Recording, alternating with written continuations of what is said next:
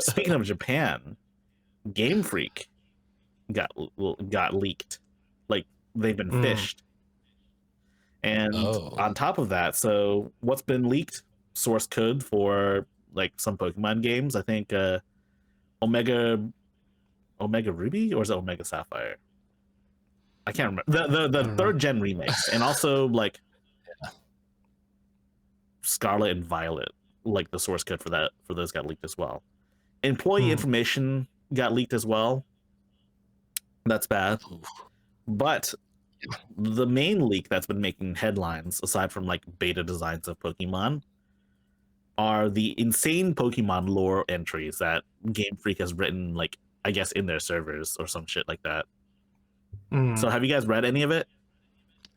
I've only heard rumors, and I've heard like some of it's really weird. Oh yeah. So this part's probably going to be not safe for work. We might have to edit this part out for YouTube. But one of the biggest ones has to do with Tysplosion. So so the story is so this part's probably going to be cut out. I don't know if YouTube will allow it, but like essentially Tysplosion like tricks a girl. It's not stated how old this girl is, or if maybe they mean girl as in like female, like maybe she's an adult or some bullshit like that. I don't know, but he tricks this girl into going with him to like a cave, and she doesn't realize that it's a Tysplosion. It's a guy, and the Tysplosion tells her to stay in the cave. He'll bring food, and he just brings a bunch of like Pokeberries to her to eat with her. And then it turns out they have a kid, like a half Pokemon, half like Tysplosion kid. And then the dad kills the Tysplosion because like the girl tells him that essentially the Tysplosion that basically don't kill my father, and then you have to die. And then he's like, okay, and then he dies. And then the child and the girl are ridiculed for basically the child for being a half Tysplosion like abomination. And then they run away, and then they become Tysplosion, and it turns out that Tysplosions are like half humans or some bullshit like that. What? Oh my god. You know what? They're getting ready for that adult period of a Pokemon game, right? Oh yeah. What a weird concept. Oh, dude. I'm sure how you explain it's safe for YouTube, but like that's crazy. Yeah. I had heard something about that, but I didn't know all the details that I think yeah, I mean the full story probably has more to it that I just can't remember. But that's basically the gist of the story.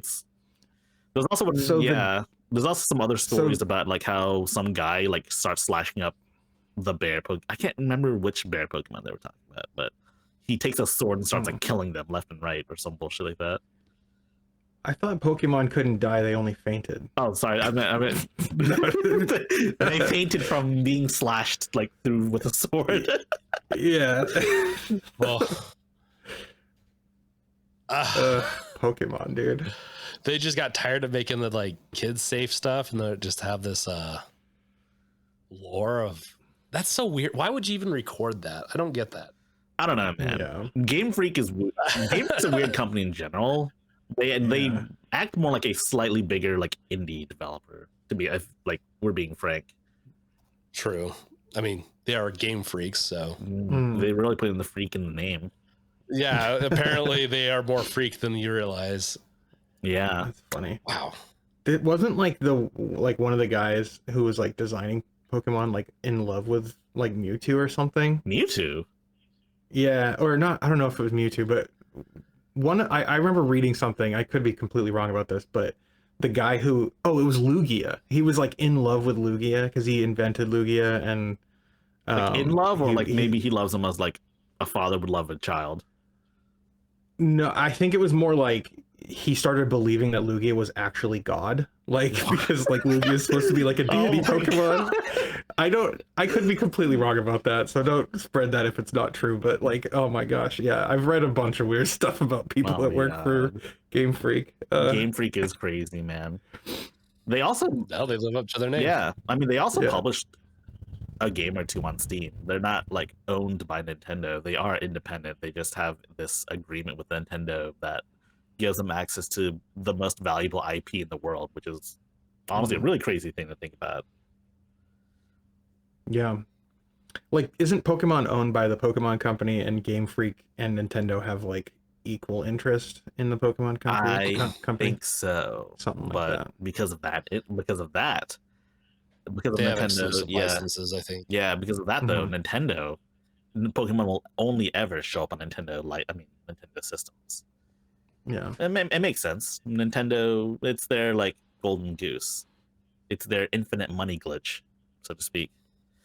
It's kid-friendly stuff, and it pairs well with Nintendo. It makes sense, honestly. But yeah, it's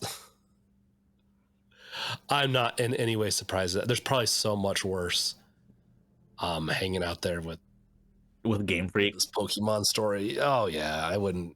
Who knows if they got the whole thing? That's crazy though. I just don't know why you'd record something like that. I don't know either, but we don't even know if it's really canon, given that it came from a leak.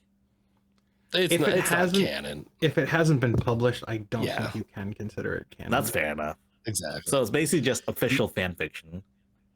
Yeah, that's a good way to put it. I mean, if I went and worked at Valve and started writing Gordon Freeman fan fiction, that wouldn't be a part of the game. Not yet, but it gives me good ideas for the future.